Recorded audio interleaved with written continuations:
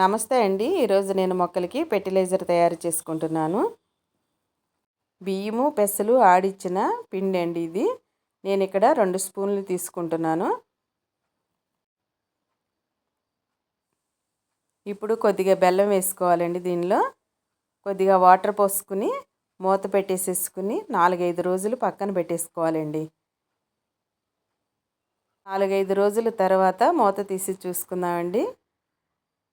బాగా ఫర్మెంటేషన్ అయిందండి. పైన చూసారా ఎంత తెట్టలాగా ఉందో. దీన్ని ఒకసారి కలుపుకుందామండి. ఈ లిక్విడ్ని ఇప్పుడు వడపోసుకుందామండి.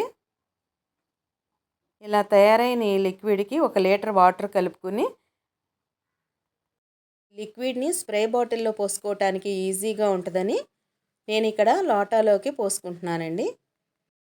ఈ స్ప్రే బాటిల్ని నేను డీమార్ట్లో కొనుక్కున్నానండి. కాస్ట్ 200 రూపాయలు. ఇప్పుడు నేను ఈ లిక్విడ్ ఈ స్ప్రే బాటిల్లో పోసేసుకుని మొక్కలకి స్ప్రే చేసుకుంటున్నానండి. నేను ఇక్కడ పచ్చిమిరపకాయ చెట్టుకి స్ప్రే చేసుకుంటున్నానండి. ఈ కుండీలోనే బొప్పాస్కాయ చెట్లు కూడా ఉన్నాయండి. వాటిని తీసి వేరే బకెట్లో పెట్టుకోవాలి. పచ్చిమిరపకాయ చెట్లకి ఏ తెగులు కూడా ఆశించట్లేదండి. నేను ఇలా స్ప్రే చేసుకోవటం వల్ల చక్కగా పచ్చగా ఉంటున్నాయి చెట్లు. చక్కటి పూత కూడా వస్తుందండి.